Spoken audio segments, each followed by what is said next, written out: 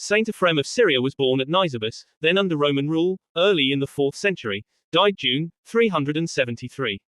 The name of his father is unknown, but he was a pagan and a priest of the goddess Abnal or Abyssal. His mother was a native of Amid.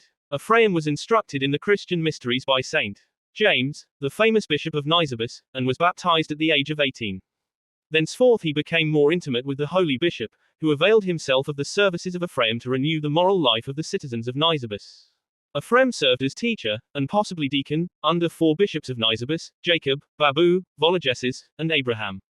The first 3 he describes in the hymn quoted above, written while Vologeses was still alive. As the verse states, Ephraim did not live in easy times in Nisibis. I have chanced upon weeds, my brothers, that wear the color of wheat, to choke the good seed.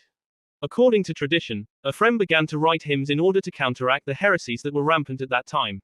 For those who think of hymns simply as the song at the end of Mass that keeps us from leaving the church early, it may come as a surprise that Ephraim and others recognized and developed the power of music to get their points across. Tradition tells us that Ephraim heard the heretical ideas put into song first and in order to counteract them made up his own hymns. In the one below, his target is a Syrian heretic Bardasan who denied the truth of the resurrection. How he blasphemes justice, and grace her fellow worker. For if the body was not raised, this is a great insult against grace, to say grace created the body for decay, and this is slander against justice, to say justice sends the body to destruction. The originality, imagery, and skill of his hymns captured the hearts of the Christians so well, that Ephraim is given credit for awakening the church to the importance of music and poetry in spreading and fortifying the faith. Ephraim's home was in physical as well as spiritual danger. Nisibis, a target of Shapur II, the king of Persia, was besieged by him 3 times. During the 3rd siege in 350, Shapur's engineers turned the river out of its course in order to flood the city as Ephraim describes. All kinds of storms trouble me, and you have been kinder to the ark, only waves surrounded it, but ramps and weapons and waves surround me. O helmsman of the ark, be my pilot on dry land. You gave the ark rest on the haven of a mountain, give me rest in the haven of my walls. The flood, however, turned the tide against Shapur. When he tried to invade he found his army obstructed by the very waters and ruin he had caused. The defenders of the city, including Ephraim, took advantage of the chaos to ambush the invaders and drive them out. He has saved us without wall, and taught us that he is our wall. He has saved us without king and made us know that is our king. He has saved us, in each and all, and showed us that he is all. In the end, however, Nisibis lost. When Shapur defeated the Roman Emperor Jovian, he demanded the city as part of the treaty. Jovian not only gave him the city but agreed to force the Christians to leave Nisibis. Probably in his 50s or 60s at that time, Ephraim was one of the refugees who fled the city in 363. Sometime in 364 he settled as a solitary ascetic on Mount Edessa, at Edessa, what is now Urfa, 100 miles east of his home. The soul is your bride, the body is your bridal chamber. In the time before monks and monasteries, many devout Christians drawn to a religious life dedicated themselves as ihadiah, single and single-minded followers of Christ. As one of these, Ephraim lived an ascetic, celibate life for his last years. Heresy and danger followed him to Edessa. The Arian Emperor Valens camped outside of Edessa threatening to kill all the Christian inhabitants if they did not submit. But Valens was the one forced to give up in the face of the courage and steadfastness of the Edessans, fortified by Ephraim's hymns.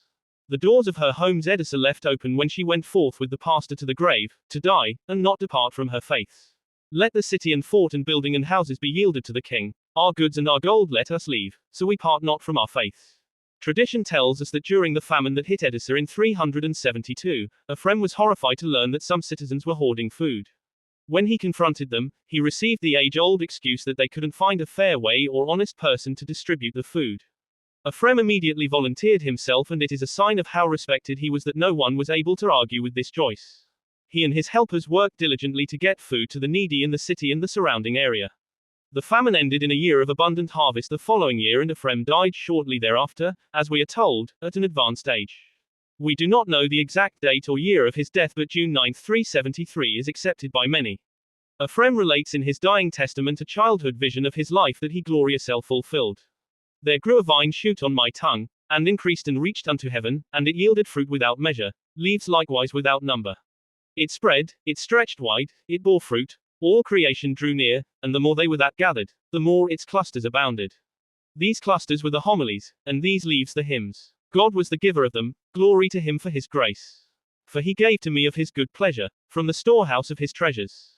On the 5th of October 1920, Pope Benedict XV proclaimed Ephrem a Doctor of the Church. The most popular title for Ephrem is Harp of the Spirit. He is also referred to as the Deacon of Edessa, the son of the Syrians and a pillar of the Church. His Roman Catholic feast day of the 9th of June conforms to his date of death. For 48 years, 1920–1969, it was on the 18th of June, and this date is still observed in the extraordinary form. Ephrem is remembered in the Church of England with a commemoration on the 9th of June.